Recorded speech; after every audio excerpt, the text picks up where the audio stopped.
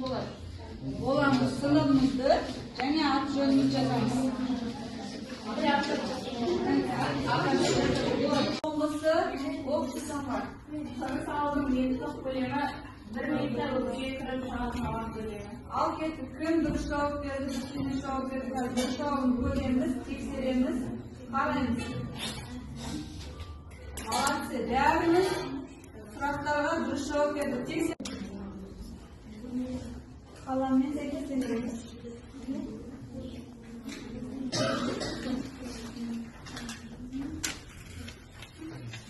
Сәйкестендіреміз.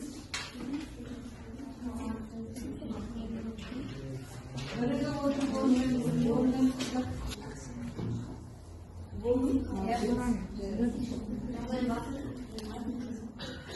Болдық па? Бір оқушы бұл тағы. Екі тағы. Екі жұп тағы. Қалғандарымыз болмай жатырмыз ба? Мен береді. Кел бақшы. Қайсын сәйкестендіре аласың, сол онды? Айтайын ба? Айтайын ба дейсің ба? Физикалық белсенділік, өкпенің жұмысының жақсартатын қиялдылығы. Наума?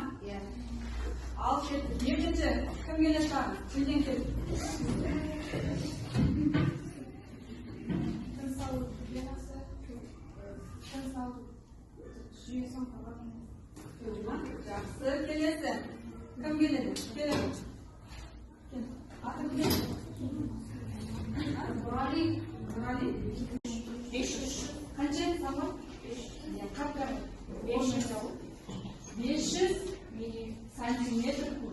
500 сантиметр куб. Адам тыныш отырған кезде 500 сантиметр куб естиді ауаны жұтады екен. Түсіндік па?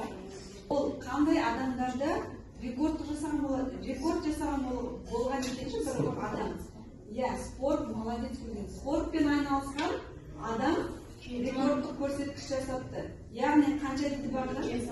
7000 сантиметр кубқа дейін ауа жұтқан екен.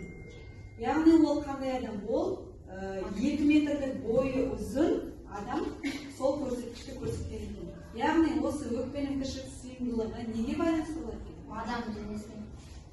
Денесіне дейді тағы да? Бойына, сосын қозғалысына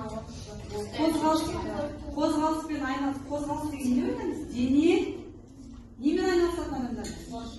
Спортпен шұғылданатын адамдарда, көбінесе жақсы болады екен өкпенің кішік сыйымдылығы. Сосын тағы неге байланысты?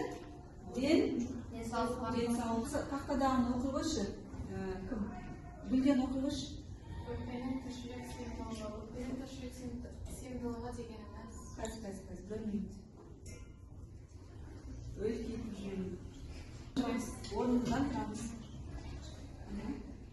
Өкпенің кішілік сыйымдылығы дегеніміз демалу. Қосымша және қырдағы ауаларды қосындысы. Адам қалыпты жағдайда демалғанда өкпеге 300-500 миллилитр ауа кіреді. Оны демалу ауасы дейді. Қалыпты жағдайда жай ғана демалған соң демді шығармай күшеніп тұрып тағы да 1,5-2 литр ауаны сіңіруге болады. Мұны қосымша ауа дейді. Кейін демалмай тұрып тағы да күшеніп дем шығарып 1,5 литр ауаны шығаруға болады. Бұны қордағы ауа дейді. Қордағы ауа. Сонда қандай ауалар болады екен?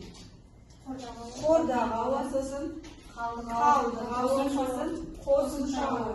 Түсіндік па? Қордағы бағанағы қалдық ауа отырағы деген жақсы. Сосын адамдар қайтыс болады ғой. Сол кезде біз өкпемен демалған кезде дем шығарамыз. Сонда кез келген адам қайтыс болған кезде оның денесінде қалдық ауа қалады. 1 және 1,2 миллилитр қалдық ауа қалады. Қайтыс болған адамда. Сосын барып ол денесінен шығарылады. Түсіндік па? Ол жеке отырып орындайтын боламыз. Ат жөнімізді жазамыз.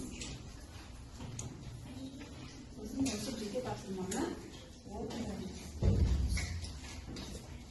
Міндетті тапсырмада білген оқушы. Қандай сөйлемді Тыныс алу минуттық көлемі. Bir тыныста жұтылатын ауа көлемі шамамен. Иә, тыныс алғандағы көлемді жазамыз және бір тыныста жұтылатын ауа көлемін жазамыз. Кетті, 2 минут уақыт. Кітаптарға ақпаратқа сүйене отырып жазып шығамыз. Ақпаратты қараймыз. 27-ші тақырыпты қараймыз да ақпаратқа сүйене отырып тапсырманы орындаймыз. Бәріңізге жетті ма? Жетті ма тапсырма?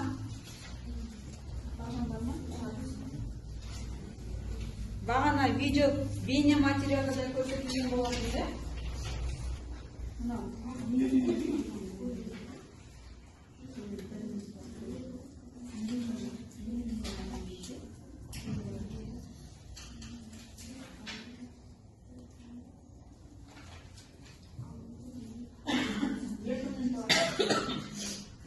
Birinci toptan kim çıkardı? İkinci toplamızda okuyup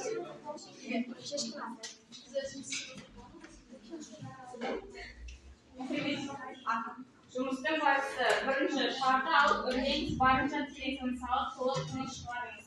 Екінші, үрлеген шарды алып сылышпен өлшеңіз. Үшінші, бұл көлем өкпенің тіршілік сыйымдылығы. Төртінші, тыныш күйдегі өрісі есептеп мәліметтер кестеге жазыңыз. Бізде осы білем деген оқушы қыз бала. Ол тыныш күйде өзінің үрленбеген шарын үрлетті, 26 куб сантиметр шықты. Бұны сылышпен өлшедіңіз. Жақсы. Қол шапалақтайықшы. Ол жағында үдендігі ол, е? Келесі екінші топ.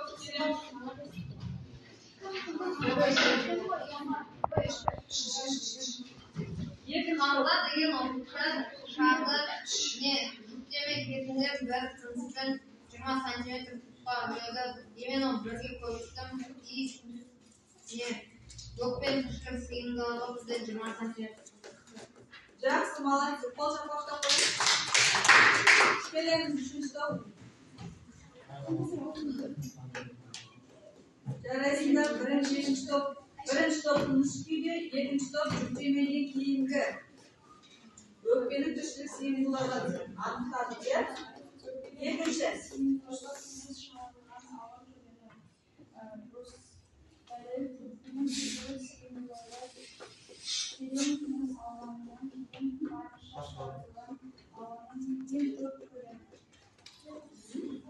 Дұрыс па, бұрыс па? Дұрыс? Бұрыс? Ал дұрыс жауабы қандай болады сонда? Қайтадан оқи қойшы, дауыстап оқышы, қандырасын. Өкпенің тіршілік сыйымдылығы терең тыныс алуынан кейін барынша шығарылған ауаның ең көп көлемі. Келесін оқи қой.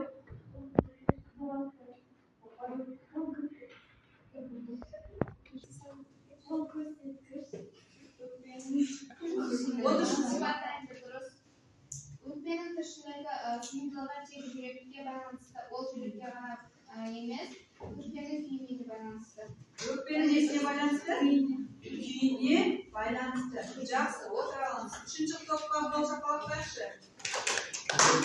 Жақсы, екіге қараймыз. Бірінші сұрақ. Өкпенің тіршілік сыйымдылығы неге байланысты болды? Адам қозғалысына Өкпенің тіршілік сыйымдылығы